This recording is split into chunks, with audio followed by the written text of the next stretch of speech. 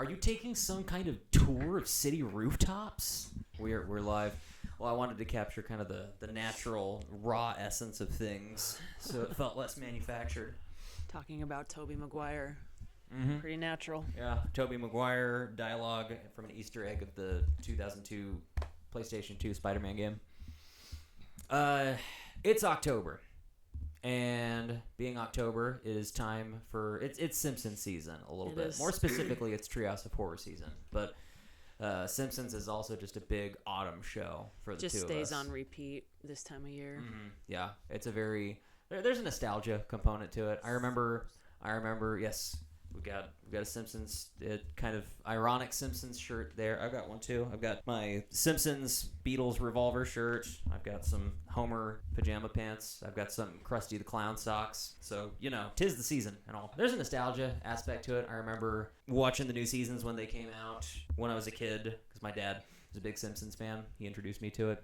So, this time of year, we're in the mood for Simpsons. We're coming up on Halloween. I won't say how many days, because I don't know when I'll actually get around to editing and posting this video. Hopefully next weekend is kind of my goal. We're going to do a TierMaker of Treehouse of Horror segments. We're not going to do the entire thing, because who has that kind of time to sort all those and also watch all of the later season ones that everybody agrees just aren't very good. It's not worth it. So to that end, we decided we're going to start with Treehouse of Horror 1 in Season 2, and then we're going to go as far as Treehouse of Horror 12 in Season 13.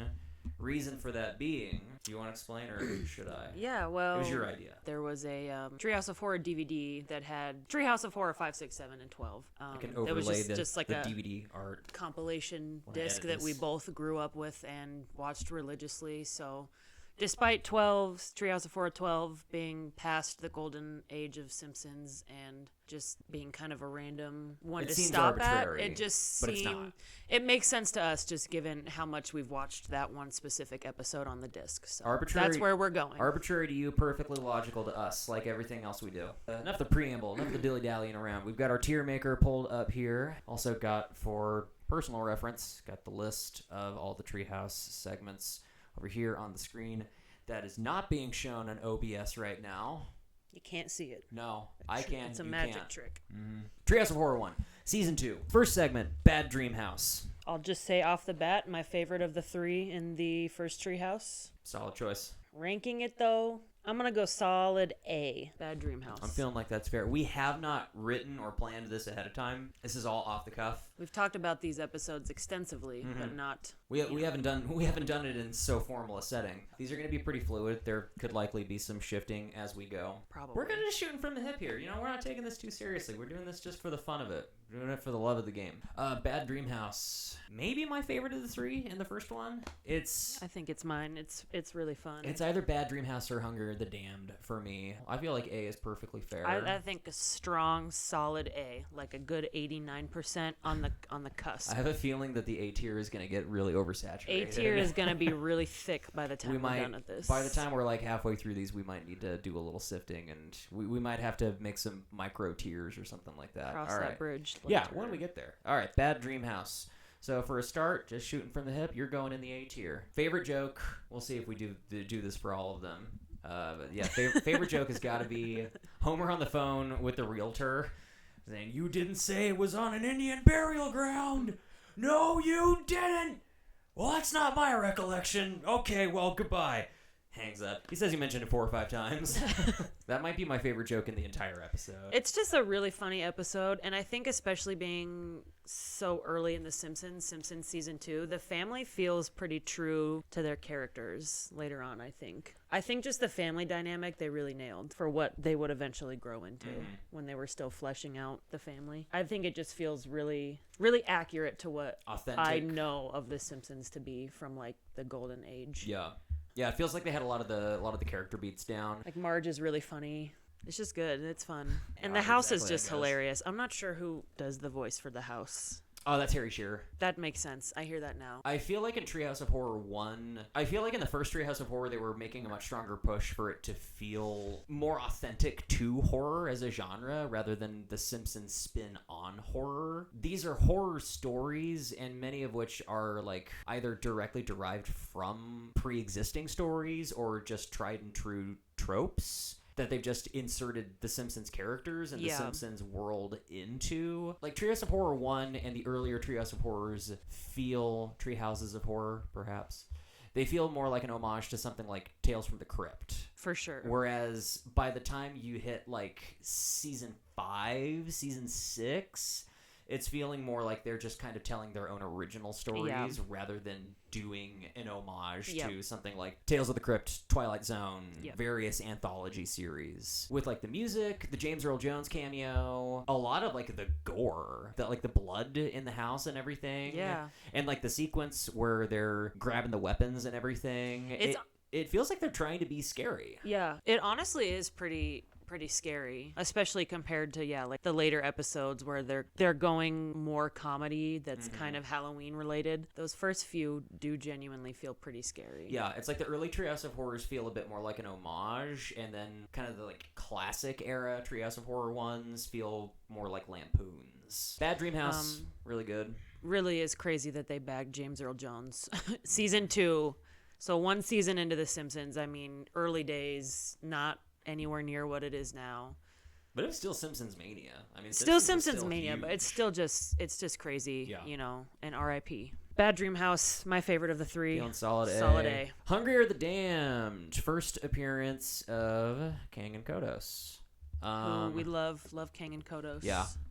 I feel like I like both of these pretty equally, all things considered. I think so. Inside of A tier, I would put Bad Dream House at like an 89%. We're going A tier. And I would put Hungry of the Damned down at like a sub 85%. Okay. Because I think of these as like grade levels. So I'd put it in A, but below Bad Dream House for me. The cookbook gag. The cookbook gag. The cookbook gag is an all-timer. The pong gag is funny, too. I love just how they all end up just lecturing Lisa at the end of it. Just like, see how when I say you're too smart for your own good?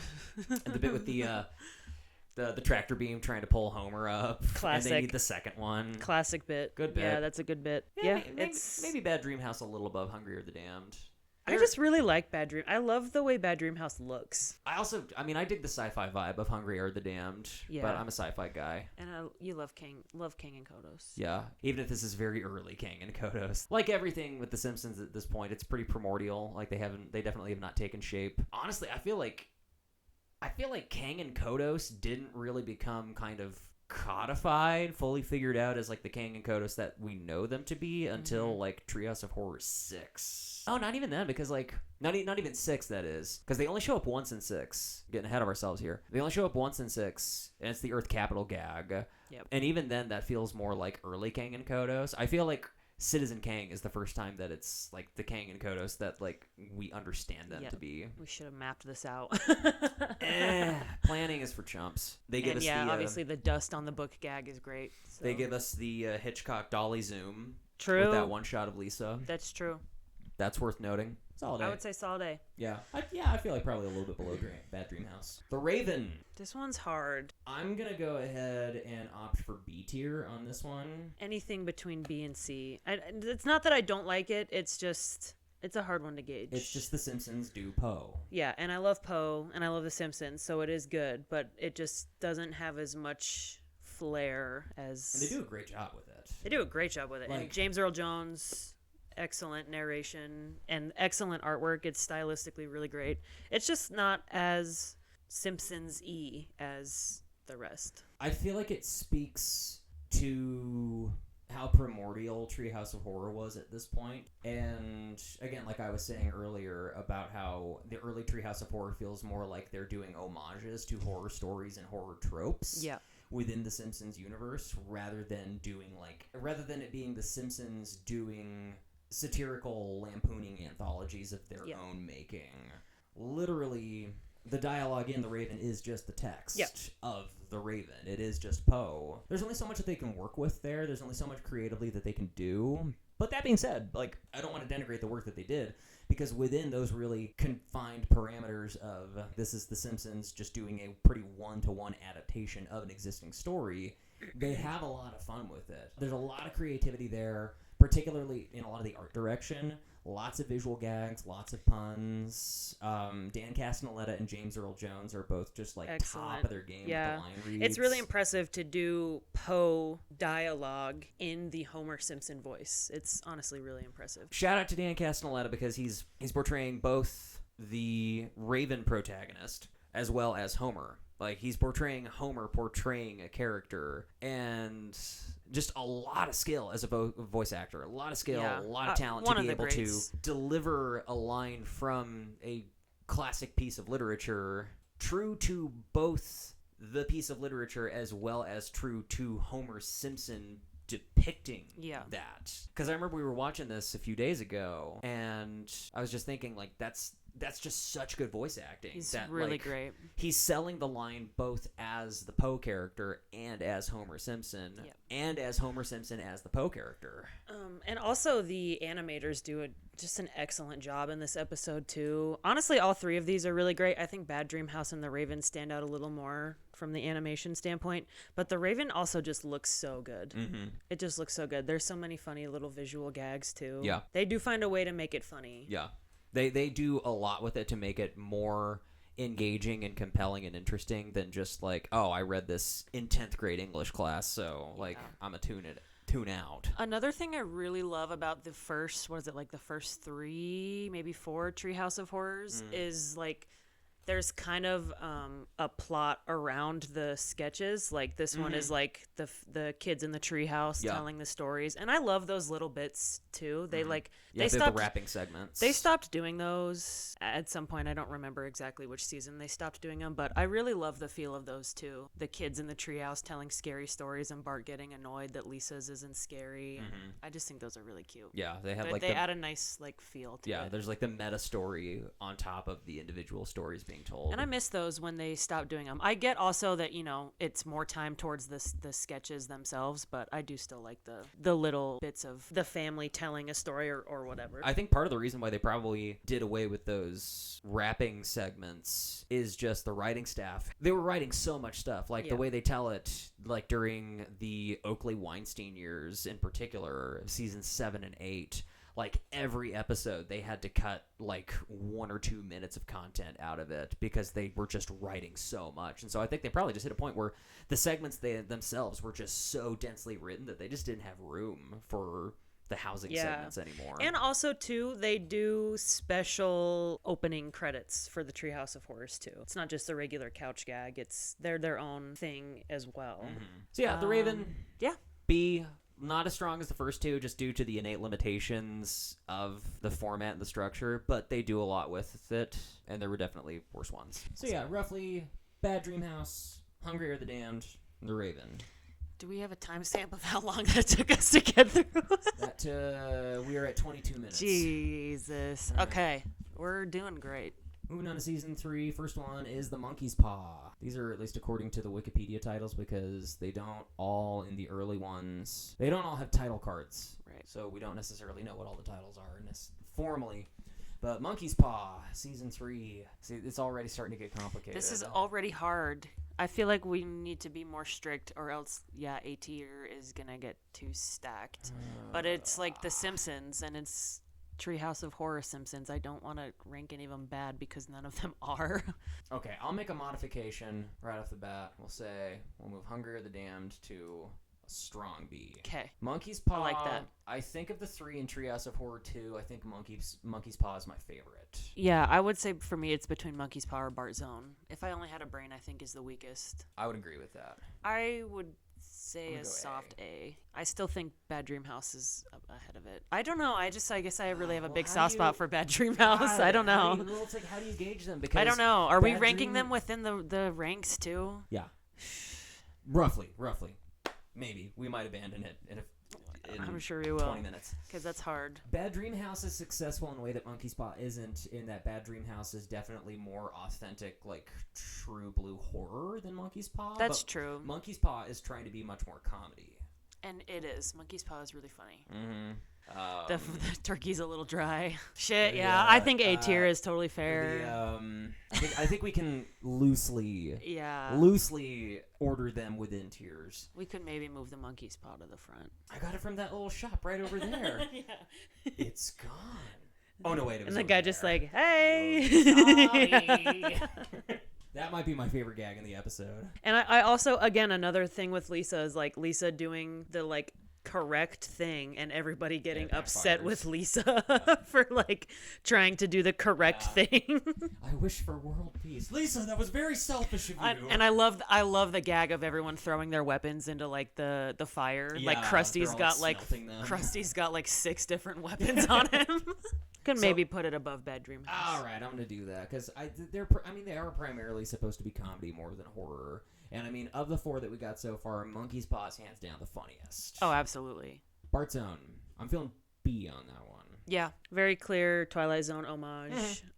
It's still really fun. I love any Homer and Bart dynamic, really, in just any episode. And Homer is really funny in this one. I love all the sound effects too. Like I love all of the sound effects when Bart's doing his.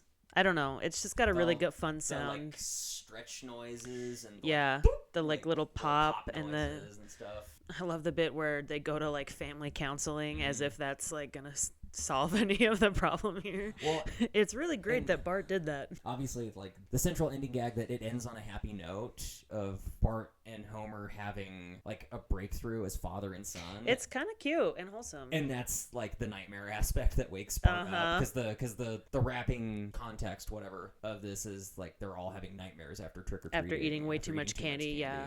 Which I also really like that gag too. I love when Lisa crawls into Bart's bed and he like sucks dry her candy necklace. Yeah. I really miss those little bits of the wrapping gags. I have a soft spot for those. They brought something special in, but on the other hand, you watch like Treehouse of Horror 5 and 6 and you see just how joke dense they are. It makes total sense. And honestly, I'd rather have the longer sketches, but I do still miss kind of the wholesome feel of those little bits. As well. It harkens back to the earlier seasons of The Simpsons when it was more trying to be a cartoon sitcom rather than it being just like rather than The Simpsons being this huge meta commentary analysis on pop culture. Yeah. So yeah, solid B tier. If I Only Had a Brain, the weakest of the 3. Honestly, I might say something crazy and go C tier. Ooh. I just don't think this episode stands out very much. I love a Mr. Burns bit. We could do that. But I'm trying to think of like any specific gags off the top of my head. And again, they can only do so much with like 6 minutes for the segment. It really is impressive how much they do. But okay, let me put it this way.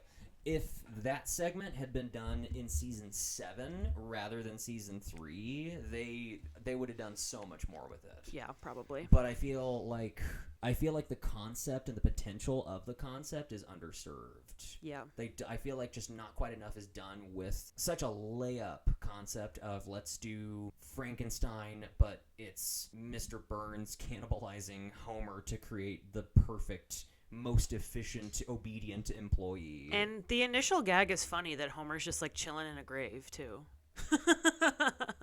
Like that's just funny on its own. Like that's how they find him. But yeah, I think overall it's just not as striking. I think it's the most forgettable of the 3. Yeah. Okay. Treehouse of Horror 3 in season 4. What is the rapping gag in this one? Is this the one where they're throwing the Halloween party? Yeah. Okay, so this is Homer's story. Homer telling the story. Okay. That honestly, I really like these 3 sketches, but honestly that bit of Homer trying to tell the story is probably my favorite joke in the whole episode.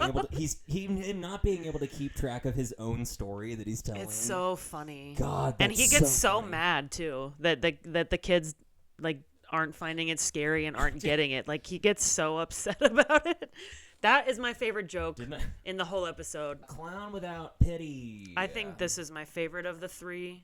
It might be mine. Just on, Krusty's back alone because Krusty is an S tier character. Oh yeah, top tier Simpsons character. So I feel like Clown Without Pity I would probably put in the A tier. I think that's fair. And I love all the bits of Krusty and his. You can maybe put it in front of Bad Dream House. Okay, if I have your permission. You have my permission. I love all the bits of Krusty in the dollhouse with the Malibu. House, yeah, with the Malibu Stacy.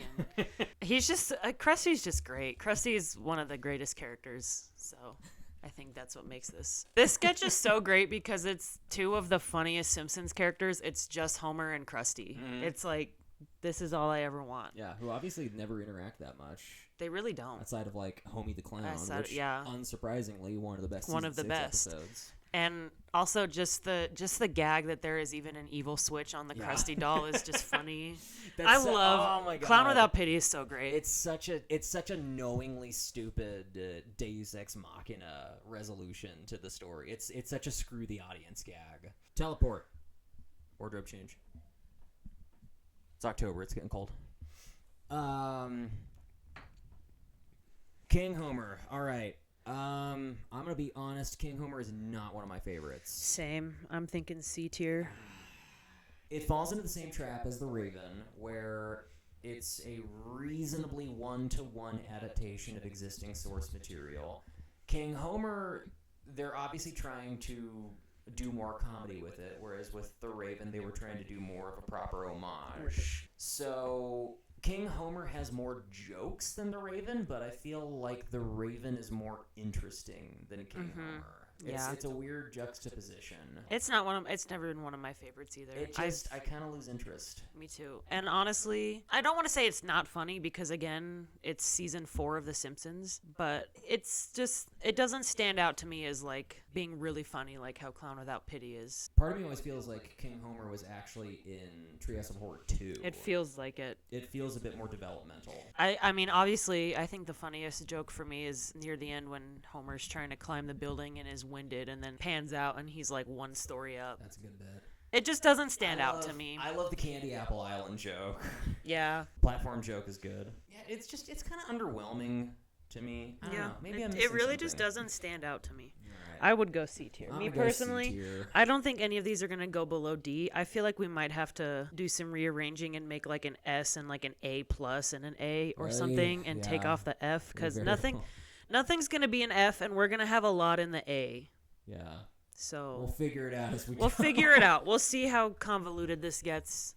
But at a certain point, they're all just going to be hitting A tier. Dial Z for zombies. Okay. I really like the gag where all the zombies are going back in their graves. I don't remember the exact name that it is, but I think it's John Smith. It's something basic like that. John Smith, 1882. My mistake. I just love the way the my mistake line is said. It's the same line read. I think it's the same exact clip as Margin Chains at the end of season 4. Mm-hmm. The cutaway gag with the cop at Flanders' door. Are you Ed Flanders? Oh, right, no, yeah. Ned Flanders. My mistake. You're right. I think it's the exact same clip. You're right. I think it is. And I mean, love to see a Necronomicon. Always room for comedy there, to be honest. The Evil Deads are funny. Again, the A tier is gonna get too full. Is B tier too low? I feel like I'm feeling like a high B. I'm feeling high B too. Let's go with that for now. This feels stressful. Like I feel like there's a lot of pressure, and I don't know why. Yeah, I'm like my children. Like worried. Not like anybody's gonna watch this or care, but I just feel. All 20 of you. And that's being generous based on my analytics. Wow. Hello, 20 of you. Treehouse of Horror 4, Season 5. Okay, here we go. The Devil and Homer Simpson. I am going to say that of everything we have so far, this is the strongest. I agree, and it's my favorite of these 3 as well. I'm not going to go full S because... No, we're not in S territory yet. We're still not all the... We're getting... We're very close. We're one season away. But we're one not season in the away. big leagues quite yet. Devil and Homer Simpson is great. It's so funny. The whole initial conceit of, Homer selling his soul for a donut and getting around that by not eating the last bite, but he keeps the last bite in the fridge that just says, like, Homer's daddy's soul donut, don't touch. It's just so funny. Ned Flanders being the devil is great. The whole trial bit is so funny. We have a Lionel Hutz cameo, which is always fantastic. I don't recall him being in like any of the other Treehouse of Horrors. Not off the top of my head. Lionel, like Krusty, is another S tier character that is always funny when he's on screen. Just always good to see him. There's not one single flaw with the Devil and Homer Simpson, I don't think. It's just not quite S. When they open his briefcase and it's just shredded newspapers. Also, I love how the Simpsons house is so fluid because I don't think it's really canon that there's a window in that bathroom. Like, I don't really think that window's in any other... We don't really see the downstairs bathroom very often, though. Sometimes it's not even there. Yeah, it's just funny. I just love how the Simpsons house is just so fluid and just whatever serves the plot. It gets a renovation episode to episode. Like, when else do we even see that downstairs bathroom? Most often it's the upstairs one with the bathtub. Just a fun detail. I love to see new rooms in the Simpsons house. Lionel Hutz's room. Where you Rumpus at? room. Lionel Hutz is really funny. This is just a great sketch. And we were talking about this earlier. The amount of fun that went into the directing and the animating. David Silverman directed all 3 segments. David Silverman's directing of that sequence when Homer goes down to hell for the 24-hour period. Even in these early Treehouses, when the Treehouse of Horror segment had not fully found its voice yet, and a lot of the time they were working with kind of rudimentary premises, tropes, or, again, like pretty one-to-one adaptations of existing source material.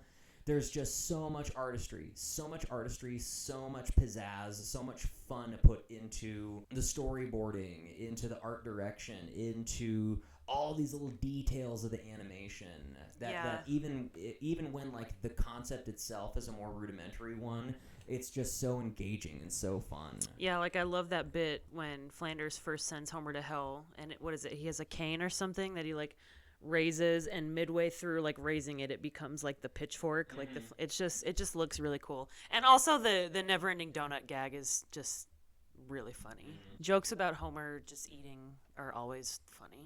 Yeah, food is funny. Food is funny. Homer is funny. This is just a really great sketch. Food is all funny. around. That's a tried and true law of comedy. So much comedy revolves around food. It's true. Food it's stuff. Just one of those things we all have to eat. Pie gags. Pie gags, yeah. It's a great equalizer. Devil and Homer Simpson, I agree, the best so far. Best so far, and I'm going to say the best in Treehouse of Horror 4. Absolutely. Terror at 5.5 feet. I like it more than Dracula. Probably. Another obvious Twilight Zone homage. Again, like a pretty one-to-one adaptation. Each Treehouse of Horror has its one-to-one adaptation, a few in some cases. But it's like with each successive one, we're getting more of this signature Simpsons spin and voice and take. I think A, solid A. Maybe in between Clown. Well, maybe... yes. I'm starting to give up on ranking. I know. Tier. Just throw it on there. Throw it on there. Fuck it. I agree. I feel like A tier. Yeah. We get Otto. Love to see Otto. Yeah. Love to see Skinner. We get some Millhouse. The Wang computers shirt. That's funny. For the 10 people out there who get that reference. 30 Rock also had a Wang Computers joke in it. I'm sure they did. Yeah. I don't even know what else to say. What more else to say? What else to more say? What else say more? I'm trying to think of like particular standout Yeah, gags. me too. Is that... Now I'm going to ask you. Uh-oh. Is Terror at 5.5 feet the first appearance of Ooter?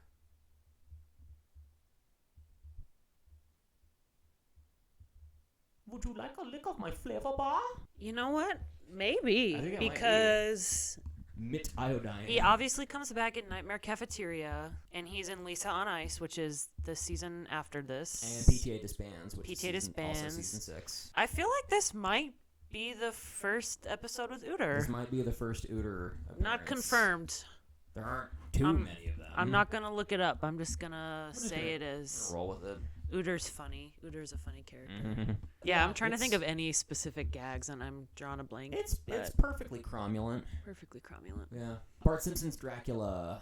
Most notable is part of the rap segment with Homer looking at the picture, the painting of the dogs, where he freaks out. There's that one screen cap of Homer. We get the rare face forward, front, full frontal Simpsons character, where Homer's freaking out about they're dogs and they're playing poker, and where I'm doing a terrible job of explaining it. If you know, you know, but it's one screen grab of Homer where he's like very up in the camera's face, and it gets memed a lot. And I did not know this, but I'm reading right here on the list that you all cannot see. Conan O'Brien wrote the rapping gags in the gallery, and I did not know that. I did know that. You did? I did know that, yes. Oh, well, I did not. So, love you, Conan. Oh, yeah. Dracula. I feel like it's the weakest of the three. I feel like Terror at 5.5 feet and Bart Simpson's Dracula are both pretty strong. They're just completely eclipsed by the Devil and Homer Simpson, which I think is just far and away the best of the three. I think Dracula can go in B tier. That's kind of what I'm feeling. Again, it's another Burns, but like if I only had a brain, it's just... I don't know. I don't know what more could have been done with it. I don't know either. Like there was more that they could have done with it. It's probably exactly what it needs to be, but it's just not. It's just not. I do love the joke. Kill my boss? Do I dare live out the American dream? Right. Abe with the steak hammer. Yeah, that's funny. We have to kill the boy. How'd you know he's a vampire? He's a vampire. It's the same joke as the zombie Flanders, but it's funny. Joke. It's funny. It's a good bit. But yeah, good bit. Total kind of screw the audience gag. I love the ending. I'm the head vampire. What? And then they just launch into the Charlie Brown Christmas parody. I don't know the whole story of the writing behind that episode, but it just reads like written into a corner, and they didn't fully know how to elegantly tie everything up, and so they were just knowingly like, fuck it, let's just throw in a completely out of left field parody to wrap it up, and it works. Honestly, it's funny. Yeah. It works because it's knowingly stupid. I'm sticking with Bad Dream House and A tier. I still think it needs to be there. I think it's fair to have some Treehouse of Horror 1 representation in the A tier. I feel like it's good enough to put there. All right. Here we go. We're in the big leagues now. We're in the big Treehouse of Horror 5. Now we're in the DVD set. Yep, we're in the DVD set. Season 6, one of my personal favorite seasons of The Simpsons. Maybe my second favorite. It's either my second or my third favorite. And Treehouse of Horror 5 is commonly considered the best, one of the best. It's not my favorite, but it's one of. It's kind of the consensus favorite. Let's just get this out of the way right now. The Shinning is obviously S. Time and Punishment, S. Nightmare Cafeteria, S. Nightmare Cafeteria is the weakest of the three, I would say, but that's not saying much at all. All three, they're so good. Saying Nightmare Cafeteria is the weakest is good. Really, it's like saying like Revolver is a slightly worse album than Abbey Road. Yeah. It like literally doesn't. It's hardly a distinction. Probably true, but come on. It's hardly a distinction. I love Nightmare Cafeteria. I love all three of these. There are just so many. Talk about all of them. There's so many gags in Nightmare Cafeteria specifically that I really love. Nightmare Cafeteria. I don't know why I'm working backwards. Obviously, Marge's advice of you guys are old enough to start fighting your own battles. March right into that school, look them in the eye, and say, "Don't eat me." Eat me. Is just hilarious. Like. The parents show zero concern. I love not only that's her response to the information of the school is murdering children and serving them as food in the cafeteria, but that's her immediate reaction. Yeah. It's not even like, oh my gosh, like really? That's shocking. What do we do about this? It's just immediately she's like, no, I can't be fighting your battles. Like, and another Simpsons house. Quaint thing about the Simpsons house. Anomaly. We get a basement scene. And I like the Simpsons basement. Yeah, the basement is less anomalous or less elusive than like the rumpus room or the first floor bathroom. But it's still good to see. We don't see it very often. Seen. You don't see the basement as often.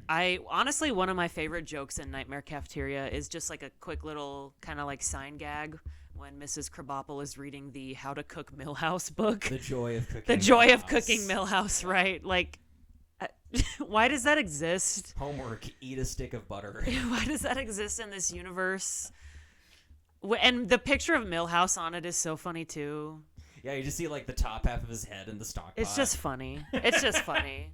Because Millhouse is just such a funny character. You just want to beat him up. Twerp. Yeah, he is. We get such Ooter. A twerp. Oh, and also the another one of my favorite jokes is Jimbo cleaning the cleaning the pot for the lunch ladies, and he's like, it's pretty hard for me to see when you keep dumping meat tenderizer on me. I gotta work in the dark. Nightmare Cafeteria is great. Probably is the weakest of the three, but again, not saying That's much. not saying much. Now to check on the free range children. Yeah. They're all just like walking in little loops in the pen.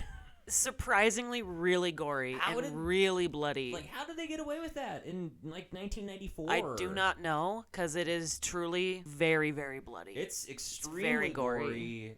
And also, I mean, just conceptually, like, it's scary. That's pretty risque, you know? It's one of the Murdering ones that's children? actually kind of scary. Yeah. The reverse shot at the very end, where it's like Skinner and Krabappel and Lunch Lady Doris advancing on the children, and they're all just like growling and salivating. Yeah, and Milhouse falls into the blender. It's honestly scary. It's like Treehouse of Horror 1, it feels like they're doing more like proper homages to horror. Something like Nightmare Cafeteria, it feels both like an homage as well as its own thing. Right. It is an homage that is more than just an homage. It stands on its own outside of being an homage. I remember years ago there was some article I read in the AV Club, back when the AV Club was still good, where they were talking about the Simpsons, and they talked about Itchy and Scratchy, and they mentioned how Itchy and Scratchy is a rare case where it is a parody of something that is simultaneously an excellent parody of the thing and also an excellent example of the thing that it's parodying. Yep. And that is the balance that The Simpsons that Treehouse of Horrors at this point in the series just absolutely nailed. Yep. These segments and sequences like the end of Nightmare Cafeteria with all of the staff advancing on the children, great example of that. Yeah. Like, it is both a parody of various pre-existing horror stories, horror IPs, horror tropes, while also being an authentic and well-executed version of it on its own terms. Mm-hmm. And that's difficult to pull off. Yeah, The Simpsons were really good at that phenomenon. Because it is in equal parts extremely funny and also genuinely pretty fucking freaky. It is. It's a little spooky. It is. It's a little scary. Well, we started at the end. Let's keep working our way backwards. Punishment. Time and Punishment. What a concept. Hilarious concept. It's hard to pick a favorite gag. Honestly, I think my favorite is just the very beginning of Dad, your hand's stuck in the toaster. Dad, it's stuck in there again. Yeah, why? Why is it's it in there in so the first place? funny. I don't know. It's hilarious. And Grandpa's advice on Homer's wedding day is if you ever go back in time. Great wedding day advice. Like, okay, yeah, I mean, that's solid. That's good advice to have. God, the visual gag after he sneezes, when it's just... Yeah. And just, this is gonna cost me. When he comes back and Flanders is like the ruler of the world. Homer's got the sausages. The sausage gag is genius. Moe with the lobotomy used to be my favorite joke as a kid, and I didn't even know what a lobotomy was. I just thought Moe was being funny. I still think it's great. I just, as a kid, I really loved the Moe lobotomy, like brain in the jar, without really even understanding what it was. I just thought it was funny, and it still is funny. Because why do you even need to lobotomize Moe? He's already Moe. He's halfway there. It's just... Time and Punishment is so good. Oh, it's raining again. And just the ending of, like, they all have, like, lizard tongues or whatever, and he's like, eh. Close enough. Accurate employment of sisters-in-law. He uses the correct plural. Yeah, he does. You'll love to see it. You do love to see it. Oh, there's a bug here that looks just like Dad. Let's kill it. Okay. She gives that like weird gravelly delivery. Yeah, as, like, the giant Lisa. I was gonna say like she's trying to be like portray like a giant Lisa, and it's really funny. The running gag in Treehouse of Horror 5 of Willie getting murdered in every single segment, which explains part of the beef, I guess, in Nightmare on Evergreen Terrace. Yeah. Not really, but it's so funny. It really is. It's like nonstop jokes. It really is. Just keeps going. And then the Shinning. Oh my god. The Shinning is, I feel like most people say, is like the best Treehouse of Horror sketch. Very strong case. And it's so interesting too, because like looking at this list and looking at the other ones that are like clear homages or pastiches of. Nice use of pastiche. The Shinning is not only just the best one of that like category, but just like flat out one of the best Treehouse of Horrors. Even though it's just kind of a beat for beat Shining. Well, it's like you connect the dots and you trace the lineage from the Raven to King Homer to Terror at 5.5 feet. The ones where it's like this is a very clear one-to-one homage / parody. The Shinning, it's like, boom, there you go. This is the platonic ideal of The Simpsons doing that one-to-one homage. Yep. They nailed it. It's so good. They nail the homage in that it's true to the original source material and the story being told there. They nail the aspects of the direction and the cinematography and the set pieces, but also just, beat for beat, minute by minute, the most joke dense. It truly is start to finish hilarious. Like I commented how the Raven isn't the most joke heavy, right. Or King Homer I don't find the most interesting. No, right. The Shinning, despite being one of those one-to-one homages, it just is relentless with the jokes. Yep. The jokes just do not let up. Yeah, it's hard to pick like a favorite bit, a favorite joke. It really just starts right off. The blood usually gets off at the second floor. No beer.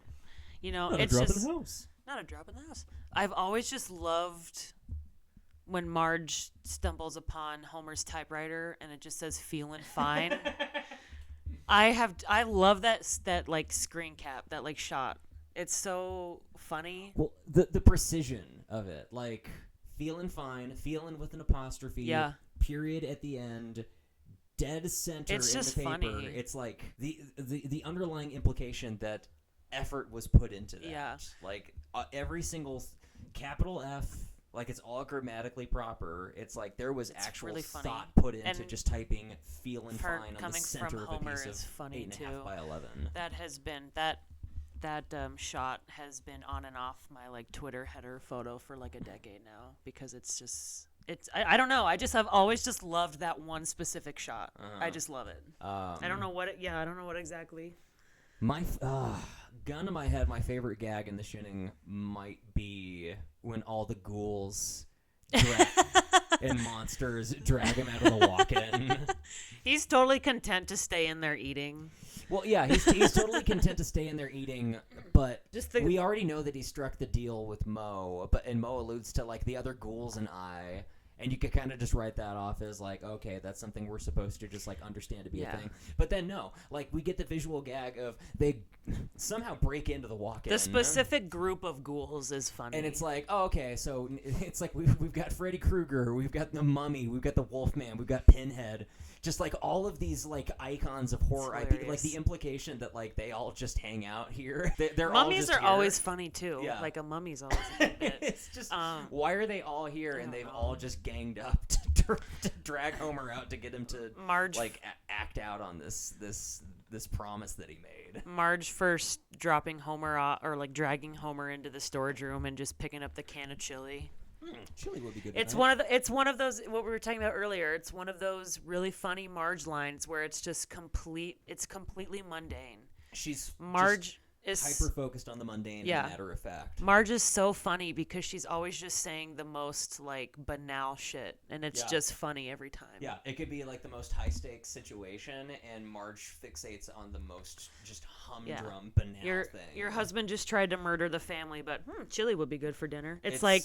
It's just, she's so funny. Treehouse of Horror 5 is just one of my favorite Simpsons episodes in general. It's just one of the best. It's so good, so funny, start to finish. Every sketch is just like nonstop hilarity. And then we get Treehouse of Horror 6 in Season 7. Season 7 being my personal favorite season of The Simpsons. And again, let's just get this out of the way. Put them all up there. They're all 3 S's. Treehouse of Horror 6 is my personal favorite Treehouse of Horror. It might be mine. I know it's mine. It just full stop is. It's either 5 or 6. Obviously, yeah. 5 would be the runner-up, but Treehouse 4-6 is my favorite. I'm going to start off with Attack of the 50-Foot Eyesores. My single favorite Treehouse of Horror sketch right here. Kicking off Treehouse 4-6. I love the opening sequence of Homer getting upset that he doesn't have a sprinkled donut, and just the way Colossal donut. a colossal donut, and just I've always loved the way when he when he makes the threat and it just immediately turns like dark and stormy outside, and I always think it's so funny when Homer puts the like pantyhose on his head. Those little animation details. It's just so funny, start to finish. I don't know how he got the donut into his house. The way he's just chilling in it, and Marge. I could just recount the whole entire sketch. Yeah, where did you get that? Get what? While he's like pants off, chilling in the donut. Like it's an inner tube in a pool. It's so funny. And then the Lardland Donuts guy shows up at the house, and he came to life. Good for him. It's just everything about it is so funny. There's so many great background gags. I think part of what makes this episode so funny to me is that The Simpsons is really great with like sign gags, and this is basically an episode of just sign gags. Yeah. And it's just so funny. The large Duff Man with like the crowd of like people like, "Oh yeah, let's party. Dude, you're huge." And he just crushes them. It's a completely perfect sketch. I could watch 30 minutes of it straight. The Zip Boys, not Pet Boys for legal reasons. The Zip Neither Boys, Pet Boys nor baboons. The Zip Boys dragging their heads in the shopping carts. Obviously, Bart Simpson being on the devil's shoulder, telling him to destroy the school is funny. I agree. Destroy the school. Otto driving the bus. Hi, Jones. I love the little gag with the Mr. Peanut cracking open the cars. Chief Wiggum shooting the captain of the high school basketball team, thinking he was turning into a monster. It's just so funny. It's so charming to me. Very nostalgic because I watched it probably literally 1,000 times in my youth, and I just love it. I think it's perfect. Why are you whining? You did that to yourself. You closed the door on your own self. Jones also agrees that this is the best Treehouse of Horror sketch. Jones agrees with whatever gets him food fastest. Do you have any thoughts?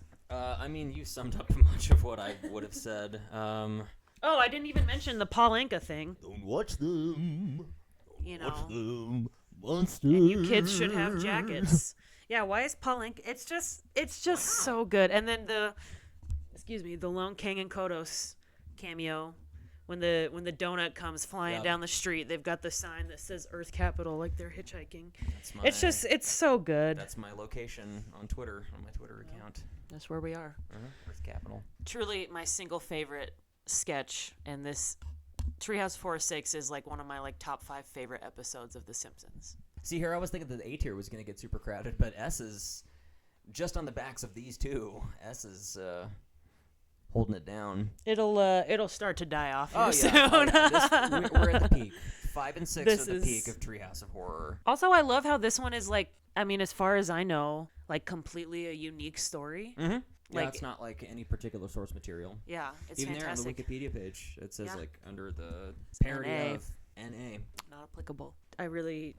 I could keep talking about it probably for 10 more minutes, so I'm going to stop. But Nightmare on Evergreen Terrace. Okay, you want to talk about like the ones that get scary. Nightmare on Evergreen Terrace is very scary. It genuinely pretty spooky stuff. Also, I think part of that is just because Freddy Krueger is just a terrifying character. Freddy Krueger is such a better villain, a better horror icon than like Jason Voorhees, and that Freddy Krueger speaks so much more to real life evil than Jason Voorhees does. Yeah. And I mean, just across the board, generally, Nightmare on Elm Street just clears Friday the 13th as a franchise. It's literally not even close. We should watch that tonight. This probably won't make it into the final edit, but we do what we call long dinner around here, where I could find a way to fit this into the final cut. Like to put on a movie. It usually ends up being 2 full movies. Sometimes 3. Sometimes 3, and we just cook a really protracted dinner. Mm-hmm. It's really about it's in the name. It's not that hard to figure out what it is. But I'm thinking tonight for long dinner, A Nightmare on Elm Street, and maybe Halloween. I'm game. But anyway. Freddy Krueger speaks to a real-life evil that Jason Voorhees does not. Freddy Krueger is, a real-life evil because, being a child predator. He also... Role-playing chat room. Also, for the TCAP fans in the house. Just the whole conceit of he only attacks you in your dreams, like where your parents can't protect you, is... And where you have to sleep eventually. Absolutely soul-chilling and very terrifying. And I love the Nightmare on Elm Street movies, even the silly ones. Mm-hmm. Especially the silly ones. God, all of the really clever wordplay all over this Oh segment. my God, yeah. Like the whole Martin bit. Yeah, the Martin bit is great. Yeah. Yeah. So clever. A lot of just really witty puns. He ran his floor buffer over me. He ran his floor buffer. We don't see Nelson much in these sketches, so it's good to see Nelson. Mm-hmm. Yeah, always good to see Nelson. Great character. When Martin dies in the class and they shrieks. They wheel him out and Skinner's like, no, not into the kindergarten, and then all of the just like little high pitched little kid shrieks is so funny. And the screams from Martin too as he's dying. Yeah, the screams are really great. His whole dream sequence is just insane. It looks so cool. It's so scary. I love the art direction. How like in the dream sequences, everything has that ethereal like greenish blue tint. It's scary. It's honestly scary. They do a really good job. It reminds me of several levels from an old game from the 1990s. Most things, if you at a certain point, will remind me of a video game from the 90s. Spectre Supreme. If anybody has ever played Spectre Supreme, come here. You haven't played it? You weren't even alive, dude. You're like 4 years old. Come here. You don't know. You haven't even played. He does know. Come here. You haven't even played Dark Castle. You haven't played Gauntlet. Wow, dumbass. But yeah, the color scheme in those dream sequences in Nightmare on Evergreen Terrace, they remind me of the game Spectre Supreme. Some of the levels in that game, and that was a game that spooked me as a kid. It's not like a horror game. It's not particularly scary, but it's just, when I was like 5 years old, it was just one of those things that like kind of scared me generally. I think my single favorite gag, because I think we've been kind of trying to do that. Half-heartedly so. My single favorite gag in Nightmare on Evergreen Terrace is in an episode that's full of nonstop jokes when Willie disrupts the PTA meeting. And oh my God. Willie disrupts the PTA meeting, and Kirk Van Houten is complaining about not wanting Milhouse to have 2 spaghetti meals. And I for one would like to see the cafeteria menus in advance. Willie bursts in on flames screaming, and Skinner does the, Willie, please, Mr. Van Houten has the floor, and he just politely sits down. Oh, he sits. He sits down politely, completely in flames. It's just hilarious. It's just a hilarious sequence. Also, okay, when I try to wrap my head around the Beatles and just like how they did that, and it blows my mind. Simpsons jokes. There's so many Simpsons episodes and jokes where it's just like, how did they pull that off? The Smarch gag. Like, hilarious. So for one, leveraging the whole like number 13 trope into 13th hour of the 13th day of the 13th month, misprinted school calendars. The conceit that there were misprinted calendars with the 13th month is so funny. Yep. That they have to have a PTA meeting to discuss the fact that they just sent out misprinted calendars. Which, why is the school sending out It's just all very silly and weird. And the fact that the misprint on the calendars, it's not just like, oh, we had the wrong number of days in February because we realized it wasn't a leap year. Yeah. Or like, oh, November was in there twice. It's like, no, there's a whole 13th month with its own name, and its name is Smarch, which is just a funny sound. And then Homer, with the lousy Smarch weather line, just like takes the misprinted 13th month and runs with it as dogma. Like, that's just like, yep, in his world, like, yep, this is Smarch. Like, it's one of those like nesting doll jokes where it's like, yep, on its face this looks like one joke, but secretly it's like 8 jokes wrapped up into one, and they all happen in the span of about 5 seconds, and it's just mind-blowing. The items of business at the PTA meeting, that end up being like directly contributing to Willie's death, but the whole bit of recharging the fire extinguishers with a free service of the fire department. Nay. First of all, that wouldn't even be a question. That just legally has to be done. But like, second of all, in Springfield. Second of all, not when the American voters involved. Yeah, the way all of the parents are just like, nope, we're not doing that, is scarily accurate to the way a lot of parents do treat public education, and really the way Americans just treat anything that would be good to do. Anything that would be a societal good. It's or just necessity. really funny. Now, this is a free service provided by the fire department. Like, they don't even... Immediately. Unanimous vote. It's just funny. They didn't have to deliberate 1 second. Funny sequence. Willie burns to death, and then his little ghost sweeps up his ashes. Great gag. It's, oh my God. Treehouse of Horror 6 is just firing on all cylinders. It's just nonstop. I get why people say 5 is the best. Personally, I think it's 6. You could make an... You can make a case either way. An equally valid argument one way or the other. Just firing on every single cylinder they possibly had. And then Homer Cubed, which I would say is the weakest of the 3. Yeah, similar to how Nightmare Cafeteria is the weakest. It's not saying much because I love Homer 3. It's still, I think, Homer better Cubed. than damn near all the others. Homer Cubed is hilarious. Patty and Selma are really funny in this. You can just suck them out. That sequence is so gross. I love when Snowball and Santa's Little Helper are hidden under the rug. That's really funny. And obviously 3D Homer is just hilarious, and live action Homer is really funny. You can tell they were having so much fun. It seems like such a fun and challenging episode for the animators to do. Also, missed reference. True. We get a missed reference. The fish sticks gag. Or right before that. Yeah. The missed library is in the other dimension, and the music plays one of the themes from Mist. I also love when Bart decides to just go in, and he's hanging onto the street post. Trying to reach across. And he's like, "You'll have to jump," and Homer just goes, "Okay." Piece of cake. And just like, he doesn't even jump. Straight down. He doesn't even get a little hop in at all. He just immediately falls. Homer's attitude of like, yeah, I got this. Yeah. Obviously, I can do that. It's somewhere that I've never been. The shower. The shower. Are you helping, or are you just going on and on? When Marge is like, "Are you trapped in the linen closet again?" Like, you see towels, you're probably in the linen closet again. Like he's done that before. Yeah, it's just charming. I love that everyone in the town ends up in the damn living room. Yeah. The Tron joke back when that was more of a relevant joke, because Tron, Tron is out in theaters right now. You wouldn't know it from the box office receipts. But at least Tron is more present. Tron is more present in the zeitgeist today than it was in like 1995. Right. Whenever this was. 95, 96. 95. This is 95. Treehouse of Horror 7 from season 8. Why is it so hard to keep track? I don't know. Okay. Numbers are hard. The Thing and I. Pretty good. Pretty good. That's really all I have to say. Pretty good. Yeah, I'm not as hot on it. Of the 3, might be my least favorite of the 3 in 7. Same. I think Genesis Tub is my favorite. Not Citizen Kang? I think it's Genesis Tub. Really?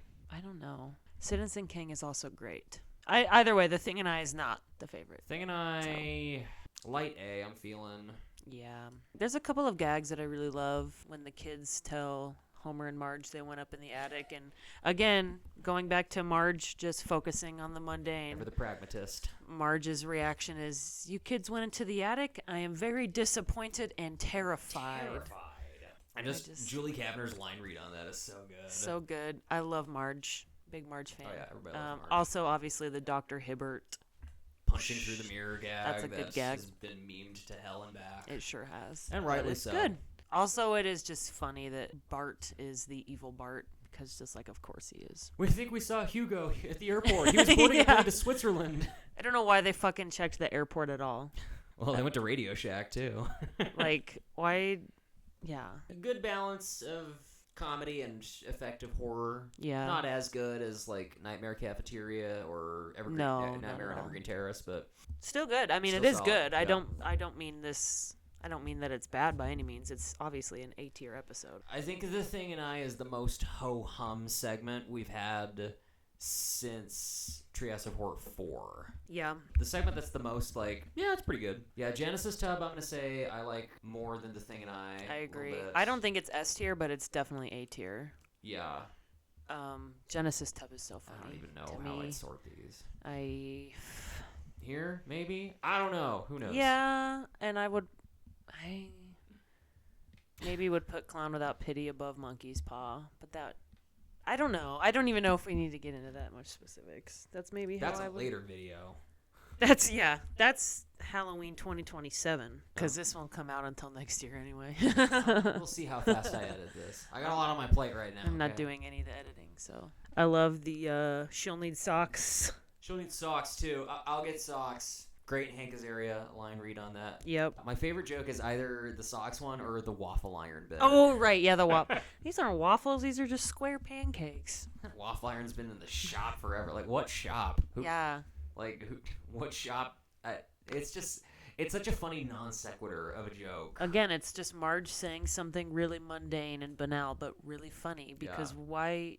What's wrong with the waffle iron to the point that it has to be in the shop for like weeks, plural? They're not just buying a new one. What shop do you take a waffle iron to? Why is she serving square pancakes? Why even go through the trouble? Yeah, it's just very funny. Under the guise of them being waffles.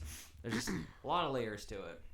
Citizen Kang. So I'm gonna go ahead and I'm gonna say Citizen Kang is an S tier.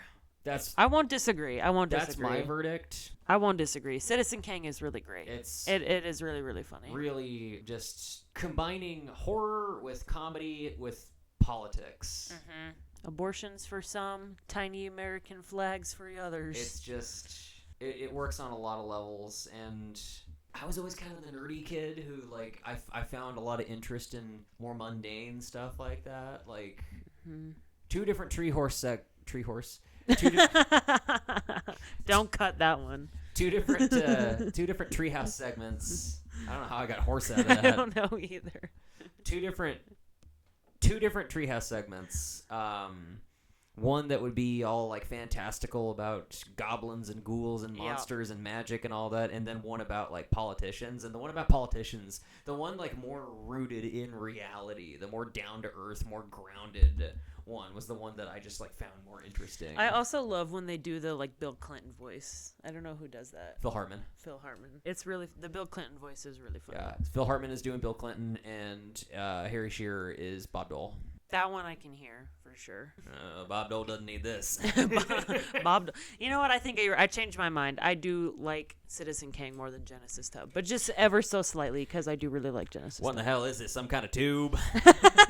When Homer tries to let him out and he just like ejects him into space. When King and Kodos drop Homer off and they just like douse him with rum. Well, they douse him with rum, but they've got like the gigantic like fucking laser cannon looking thing, making it look like they're gonna kill him, but they just douse him in rum. And then they've got like the roll up garage door on the side. They just kick him out. It's like a garage. Yeah, you're right. Lyndon LaRouche was right. There's a dated political reference. I don't get that. I don't need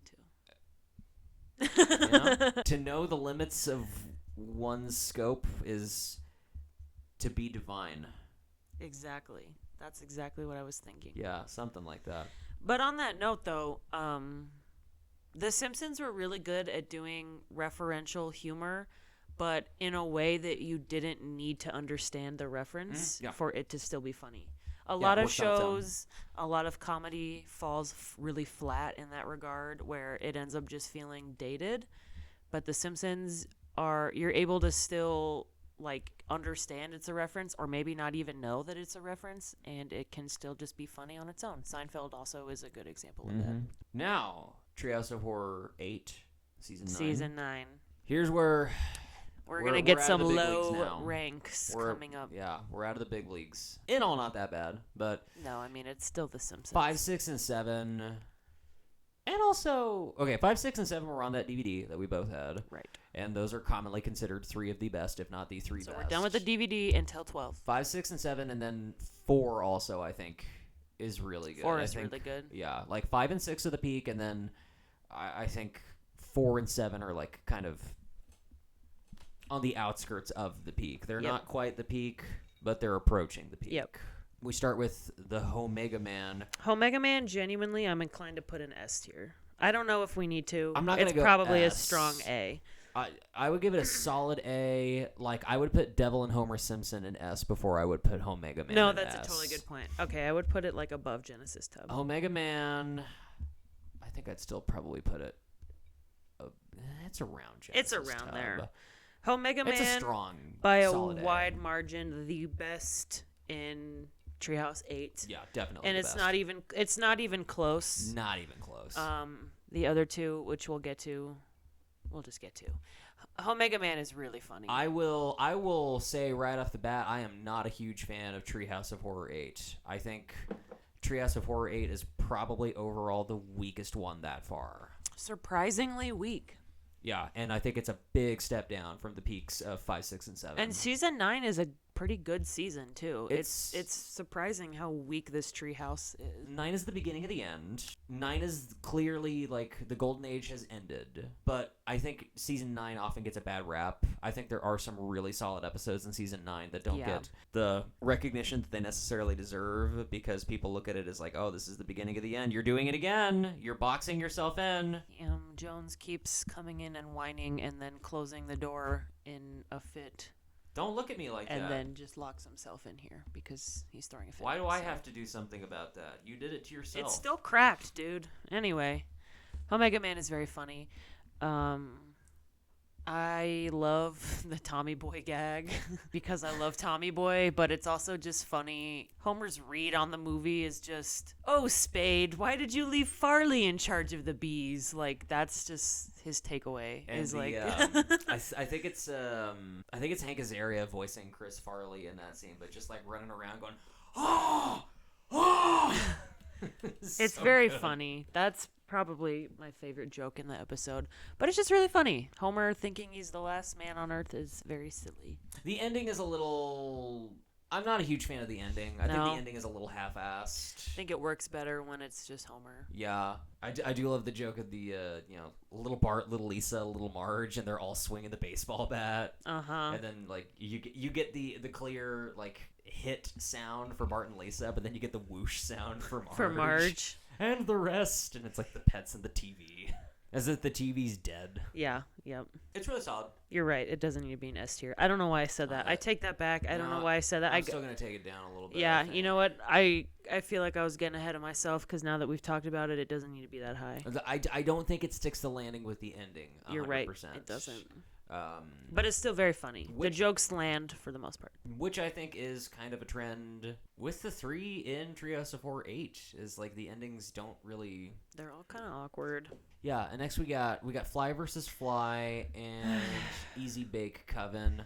I really just don't care about either of these. Honestly, I'm going like D tier. I'm gonna put Fly versus Fly in the C tier. Okay, Easy Bake is Easy D. Bake Coven, I'm gonna say is D tier. Honestly, it is very weak. Easy Bake Coven, I really am not a fan of. I think it's probably the weakest Treehouse of Horror segment up until this point. Easily. Fly versus Fly. I have so little to say about Fly versus Fly. It's one of those kind of one-to-one adaptations, and that it's obviously the Fly, but I really don't feel like they do all that much with the concept. Purely on a personal level, too.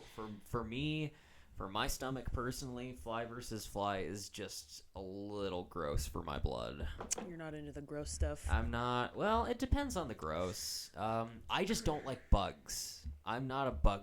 I hate bugs. You hate flies, especially. I hate flies, especially. I think the funniest bits of this episode are Homer using the device to just grab beer and shit out of the fridge.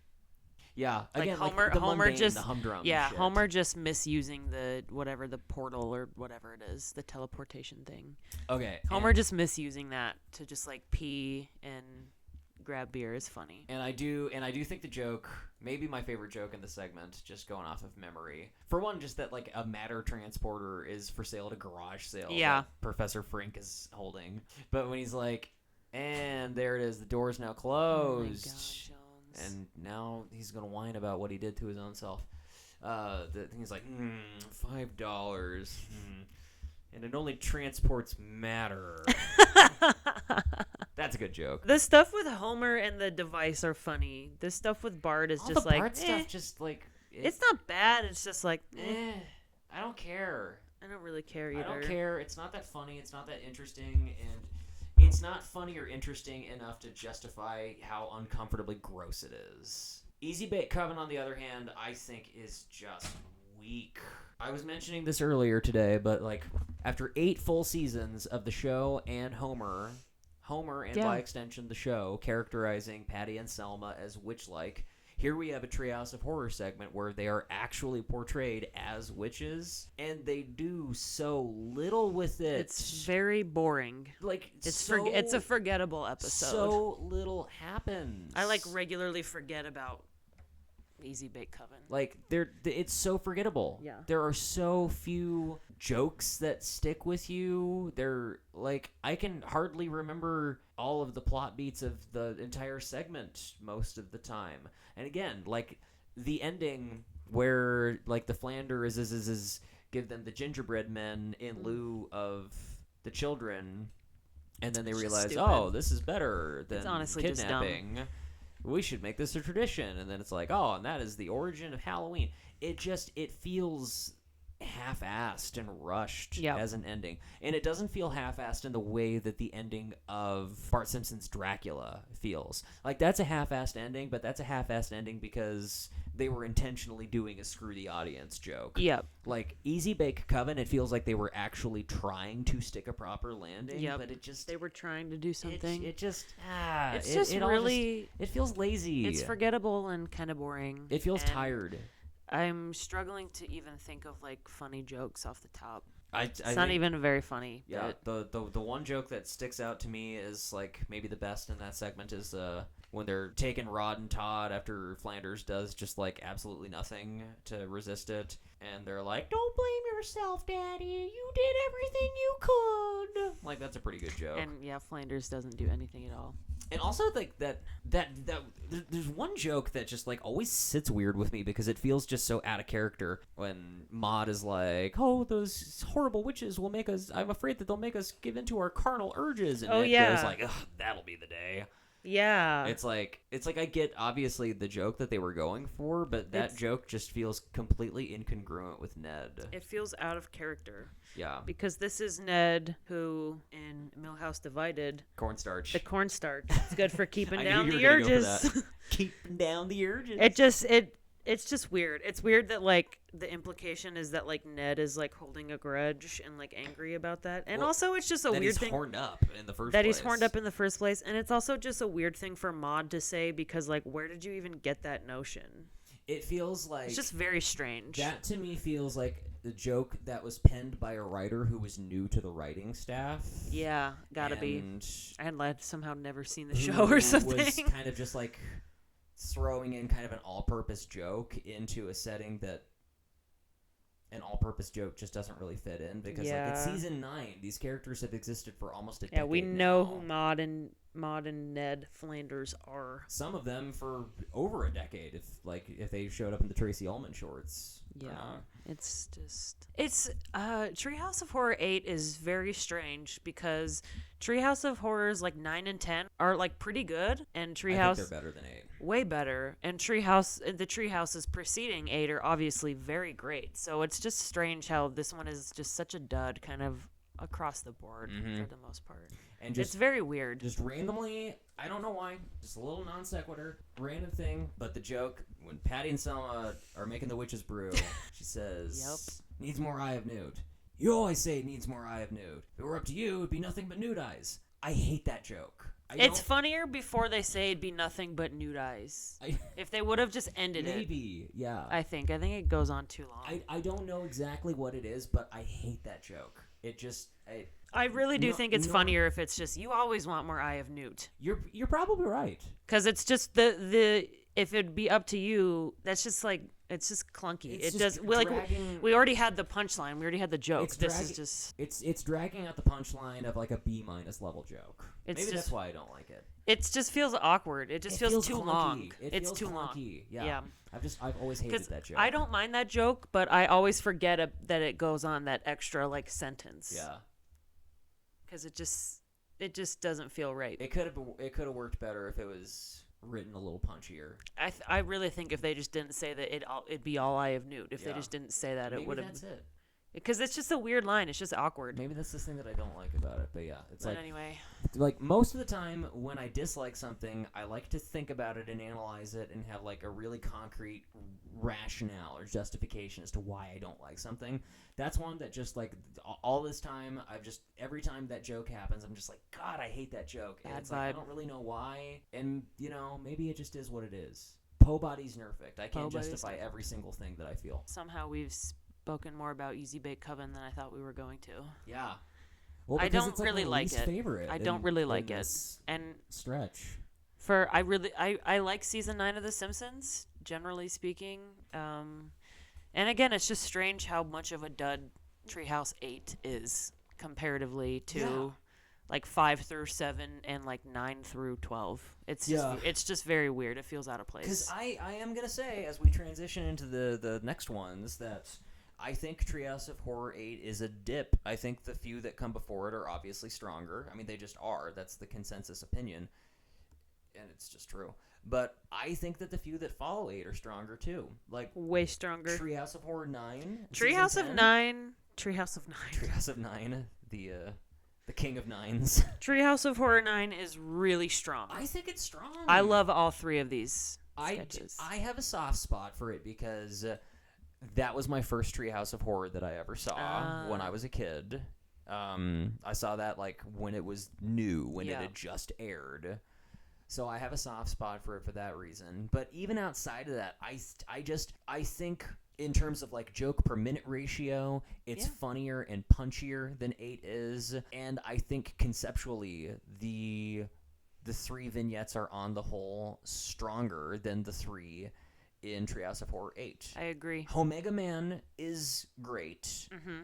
But I think that all 3 of the vignettes in Treehouse of Horror 9 are stronger than Fly vs. Fly and Easy Bake Coven. Treehouse of Horror 9, Season 10, Hell Toupée. Hell Toupée. Is it crazy for me to want to put it in S? I know I keep saying that, but... I can't go S. I can't in good faith say that Hell Toupée is better than The Devil and Homer Simpson. No, it's not. But I think it's certainly solid A. Hell Toupée is really fun. God, it is. It's just fun. Snake is a fun character. Would love to see Snake. And Homer with a head of hair is really silly. And it's just fun. Dude. It's just really fun. I love at the end when the hair like keeps moving on its own and Wiggum shoots it like 20 times. And it's like doing the fist shit. Yeah, thing. it's doing It's just a really copper. It's just a really fun sketch. May I remind you that 2 people are dead? Oh, I just got it. Yeah, Marge. Yeah. I love the concept of like an execution being aired on live TV, like hosted by Ed McMahon. How it's dystopian. Yeah, and Hell Toupée is really fun. I love the very beginning. Like, well, not the very beginning, because the very beginning is Snake dying. But then you get the bit with Homer and Marge at home, and Homer like gets the call that there's like the hair transplant ready, and you're like, what is this about? And then the next scene, he's got like this head of hair, and it's like, what? Who's ready to see their sexy new daddy? It's just like, what? And it's just really funny. Just the little details of when Snake's hair takes over and Homer's got the like rolled up sleeves with the cigarettes. When the animation changes. Yeah, it's just good. It's just really fun. I love the gag at the very beginning. Snake buying a comb at the Quickie Mart, but he tests it with the nacho cheese. Ew, yeah. Yeah. Ugh. Like it's product. Gross. I love just like the large vat just labeled nacho cheese. And cheese is spelled like Cheez. Yeah, it's not like real cheese. It's cheese product. Yeah. Quickie Mart is just funny. The deaths are good. The deaths are good. Like him cramming Apu into the squishy machine. Yeah. Chief Wiggum's just like slurping on the squishy with Apu's corpse sticking out the top of it. He hasn't noticed. God, Looks to me like he suffered a lot, Chief. How long will you let me keep sipping this thing? Looks to me like he suffered a lot, Chief. And then, the killing Mo with like the corkscrew, just like pulling out his whole heart. It's good. It's good. When he's classic slasher death. The cereal for people with syphilis. Oh yeah. Oh, like, Mo, hilarious character. We're at a point where the show has gotten a lot more lowbrow for sure. Yeah. But like my revolver clock fell off the wall. Huh, that's strange. What? I'll have to fix that. Anyway, When did that happen? Fortunately, that thing's been broken for years. It never worked that well in the first place. The show's gotten a lot more lowbrow, but like the jokes are still good. Yep. Like it's lower brow than in season 7, but still successfully funny. Season 10 is all right too. I think season 10 is underrated. I do too. Terror of Tiny Toon, also love. Also A. Love, because first of all, any episode with Itchy and Scratchy, already great. And why did it take them this long? How did it take them this long to incorporate Itchy and Scratchy into a Treehouse of Horror? But this Treehouse segment rocks. It's so good. So much fun. Again, it's also kind of scary. A little bit, yeah. Homer just being a dumbass is funny. It's just great. It's so fun. I love the meta joke of Homer seeing Bart and Lisa like in the cartoon and going, "Oh, I wonder how Bart and Lisa are gonna get their way." Yeah. Little fourth wall breaking. And it's just fun to like live inside of the like cartoon world of Itchy and Scratchy, and just like the cartoon law of like you run in place and then Hanna-Barbera shit. It's fun. It's fun. It's both like homaging something that was clearly a big influence on the show, while also being a kind of world building in and of itself. Yeah, because Itchy and Scratchy is just a really good example of that phenomenon we were talking about earlier. Thank you, AV Club. It's Itchy and Scratchy. It's always great, and it's just a really funny bit. I love you're not going as a hobo again. Going where? the fluidity of the Simpsons house. The kitchen door that sometimes exists. Yeah. Because, there's that bit with Homer with the harmonica, and then Bart slams the door. Yeah, and sometimes it's like a door on a hinged door, and sometimes it's just an awning, an archway, rather. And I remember, like, 10-year-old me seeing this and just, like, really loving, again, the kid logic of, like, oh, we don't have batteries. Well, here's a glowing green plutonium rod. Try it out. Let's cram that in the remote, and it's bound to do something. And the thing that it does is, it transports us into the program that we're watching on TV. Just like the logic there, like that science fiction-y, fantasy, kid logic is just it's just so good. It's good stuff. Terror of Tiny Toon is really fun. I quite enjoy it. The stark contrast between Easy Bake Coven and Fly vs. Fly and Hell Toupée and Terror of Tiny Toon. It's just funnier. It's good alliteration. It's funnier. Way funnier. The segments are way funnier and they're way more interesting. Yeah. Like, way funnier. Yeah. But like more novel, more creative conceit, and I think executed more funnily. Starship Poopers is the weakest of the three. It is. It's still funny, definitely like a B tier. Yeah, but like lighter B, I think. It still clears 2/3 of Treehouse 8. I think so too. Lots of good jokes. Again, it's a Kang and Kodos, so it's bound to be a pretty good episode. Yeah. And all of the Homer stuff, like not realizing that Maggie being a little alien child is like abnormal is Maggie just lost funny. her baby legs. When Marge is telling the story. Oh yeah. And she's like, without warning, I was abducted by aliens. Spotlight comes down. Warning, prepare to be abducted. And the conception bit is funny. It's like you can choose like the alleyway or like the backseat of a car. I refuse to participate, but since I have no choice, the alley. And then they just like zap her with the little gun. Take long. What are you implying? Nothing. It's just silly. It's a silly episode. And like, yeah, it's dated. It's a relic. It's a cultural relic of the 1990s. But damn it, I love a Jerry Springer joke. Oh, so funny. The Jerry Springer bit is so funny. Austin Powers 2. Yep. Treehouse 9 is good. Treehouse 9 better than its reputation. Treehouse 10, which again I also think is pretty strong. I do too. Despite it being season 11, and season 11 I think is within like the first 15 seasons of the show, 11 is probably the weakest season. 11 is not a very good season, but I think Treehouse of Horror 10 is pretty solid. All things considered. I agree. It's just fun. I do kind of like in this era of the Treehouse of Horror segments where they're getting away from doing more proper and authentic horror homages, and they're more just doing pop culture pastiches. Yeah. I know it's lazier. I know it's more lowbrow, but I mean... I think it works, though. They pull it off, and pillory me all you want for like a take like this, but desperately Xeeking Xena versus, let's say, King Homer. Which one has the highest laugh per minute ratio for me? And honestly, it's like desperately Xeeking Xena. I find I just laugh more at. It's just a little more interesting too. I like when the Treehouse segments aren't afraid to get a little silly and stupid with it without necessarily, resorting to being dumb. Because a lot of the Treehouse segments, once you start getting to like season 15 and onward, they just start getting dumb. Very, very stupid, and they just get not interesting. God, what's that one where like Homer can only communicate through farts? That one is awful. I know what you did. Diddily-Iddly-Did. I never actually really took the time to pronounce that. Diddily-Iddly-Did. I know what you Diddily-Iddly-Did. Again, dated pop culture reference. Well, kind of. They just put out a second one. I mean, yeah, not this so year. Much.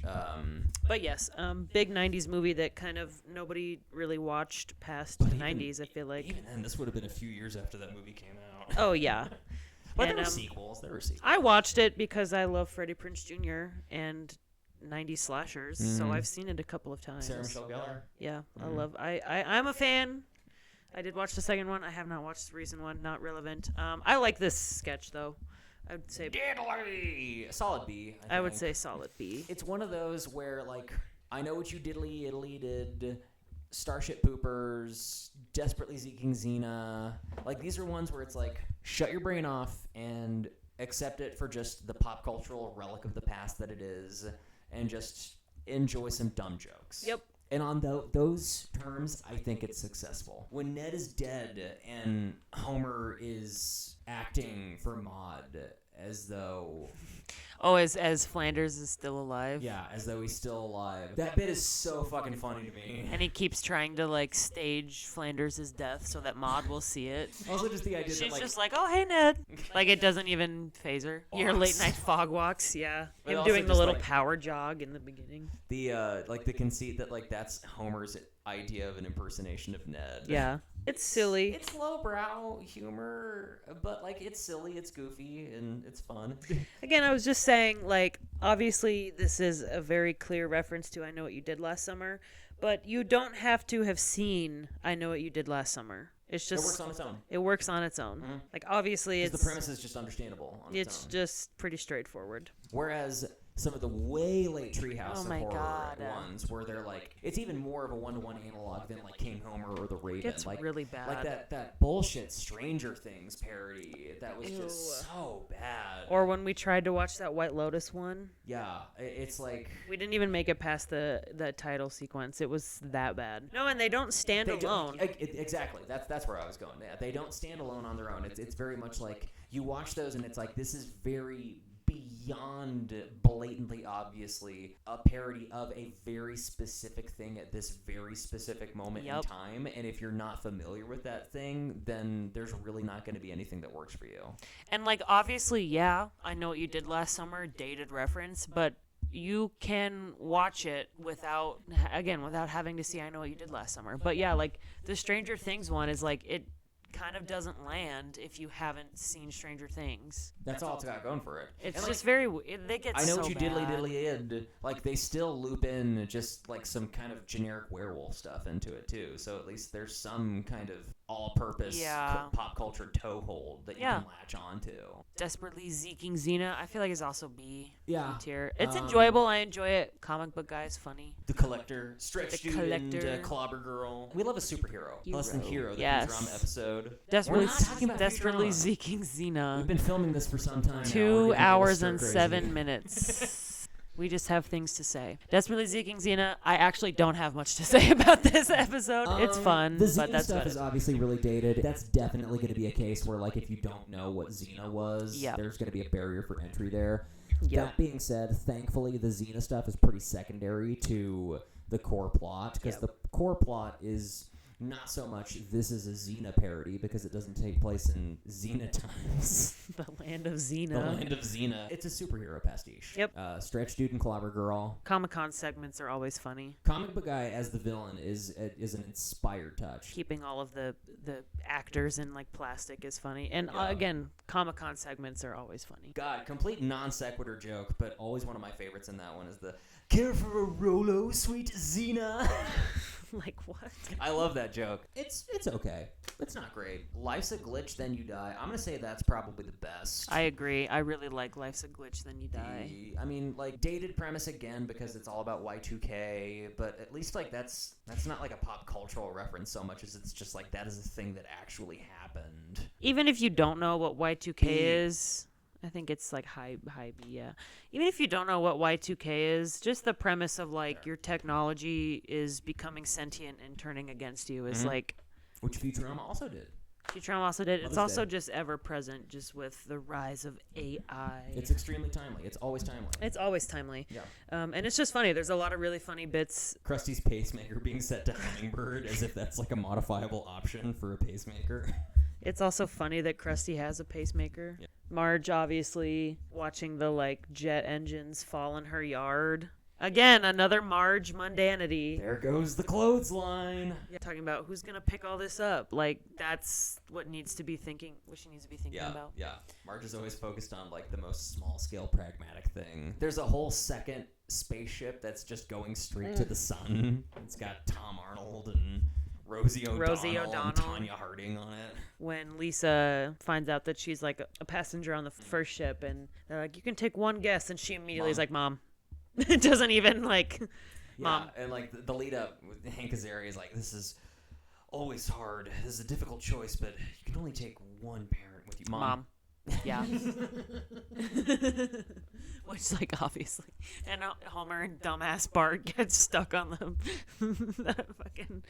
the ship with Rosie O'Donnell. All right. Okay. That is 10? That was 10. We are on Treehouse of Horror 11 Okay. in season 12. We We got are two more. nearing the end. Is Ghost Dad? Is that the one where Homer's the Grim Reaper? No, that's the one where we don't even remember these 100%. No, literally. It's a good thing we're ranking them. Ghost Dad is the one. That's a pain in the ass to say.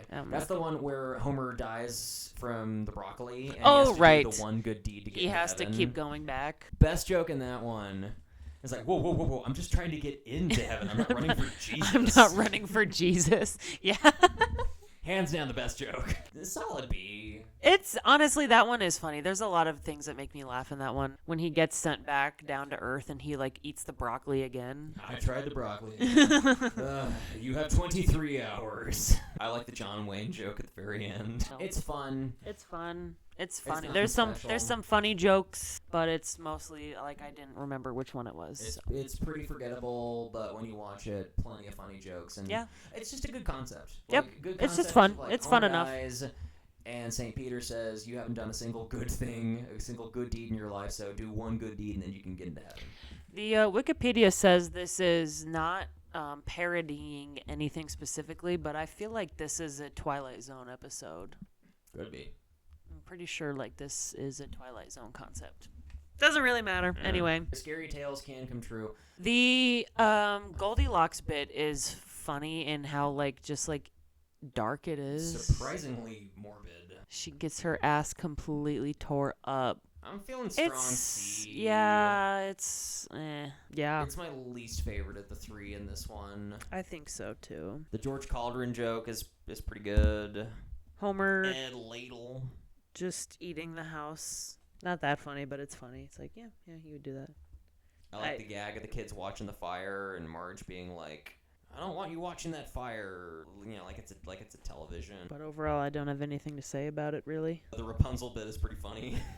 Oh, yeah, when, Homer just, scalps her, basically. Scalp off. I think favorite joke in that one is probably, Homer first dumps them in the woods and they immediately see the skeletons. Of the, other kids that look hey, say hello to your other brother and sister. And they're like, other brother and sister? And they see the skeletons and Lisa just goes, face it, they're not great parents.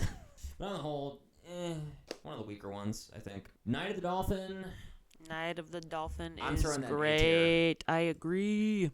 Night of the Dolphin is, I think, the best of these three. It's a really fun concept. Yeah. The bit, the gag of somebody speaking in a silly voice and then clearing their throat and then talking normally is always funny. Yep. It's used really well in this. It's just a really funny conceit. Homer's got a hand to those dolphins. They just wanted it more. Just wanted it more. Great joke. It's just fun. The dolphin violence is fun. Yeah. The violence and the gore in that one is really funny. Mm-hmm. Some really clever and creative stuff. Dolphins, the clowns of the ocean. Homer calling The dolphins tuna munchers is a really funny insult. It's just fun. Fairly novel conceit, executed well. It's entertaining. It's funny. A lot of great jokes. Okay, last one. Treehouse of Horror 12 in season 13. Truthfully, I don't have much to say about this one overall. Hex and the City, I used to think it was hilarious as a kid. Nowadays, I'd probably put it in B tier. I'm going to go C. I think some of the curses are funny. Every time Homer chokes out Bart, his neck gets elongated. Marge first coming downstairs with all of the hair. Lisa is the satyr. Yeah. See? 2 means yes. And that's a good joke. I think the bit when Bart and Homer are digging through the trap to find a leprechaun, I think that's funny. They pour the tricks in there. All the rabbits show all the up. Rabbits. That's a good joke. Yeah. And I think Bart just looks so funny with his neck all wound. Coiled up, yeah. It's very silly to me, but it's not great. It's the cursed one. How's that curse? I cursed you and cursed you. And Homer's like, listen, lady, you probably don't remember me, but that's probably my favorite joke in that segment. It's okay. It's not great. House of Wax, I love. House of Wax, I'm throwing in solid A tier. When I was a kid watching this DVD set, DVD. House of Wax was one of my favorites, and I watched it a lot. I really like when the Treehouse of Horror segments go science fiction. I do too.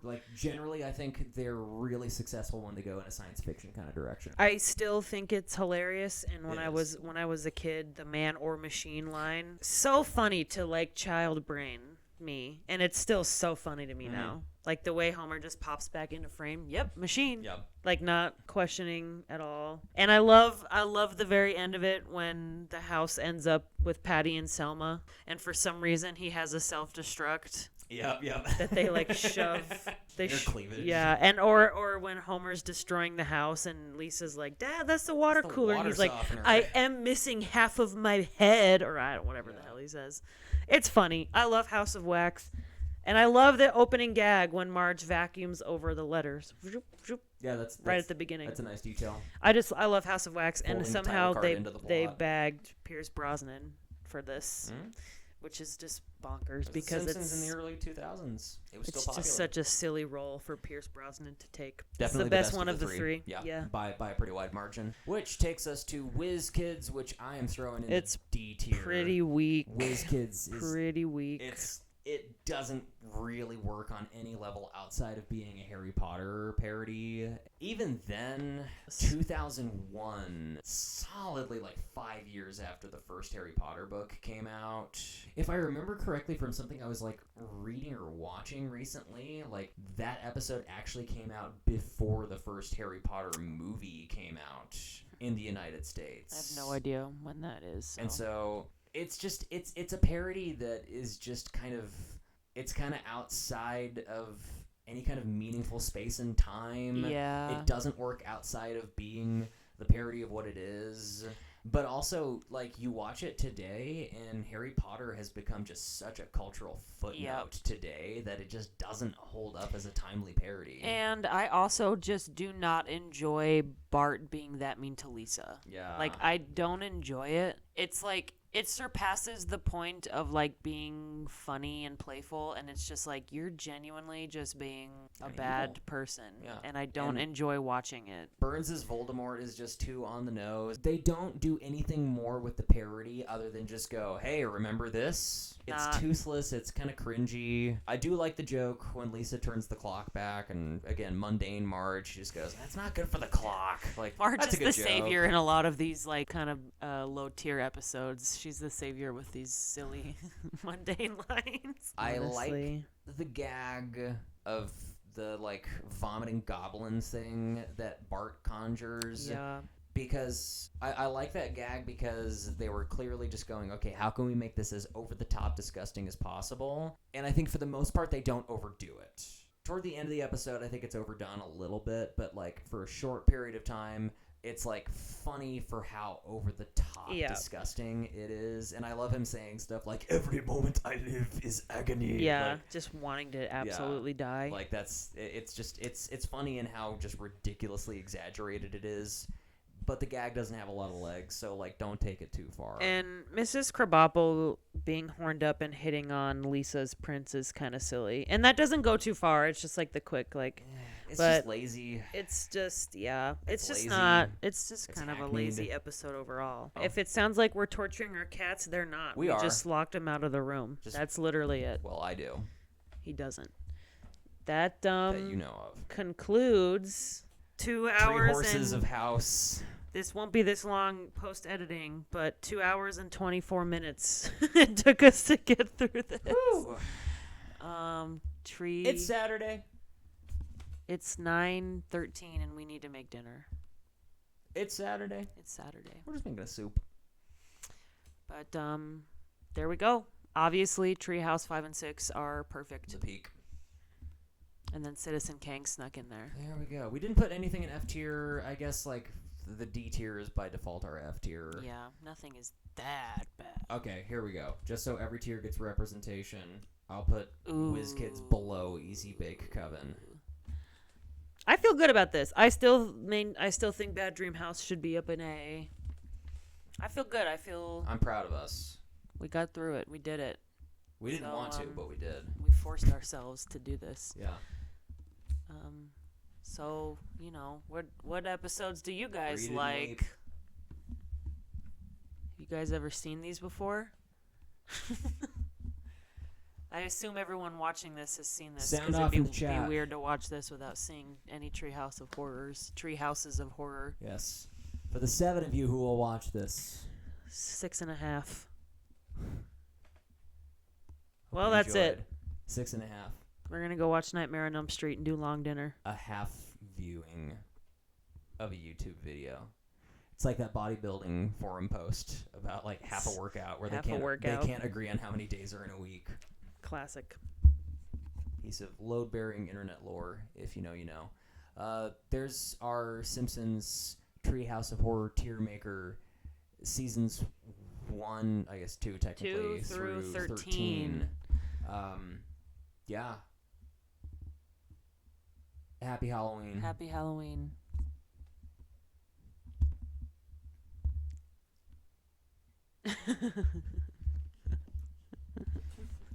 I'm gonna do it Tony Zarrett style. And that's where I'll cut it. Cut! I wanna do a gag when I'm editing this. I'm gonna finish this, and then I'm gonna get another one on deck, and then I wanna do a gag where we go back and talk about stuff that we've talked about already, but I splice all of the clips in and out of one another so that the beverage level is just going up and down at random increments at random times. Okay.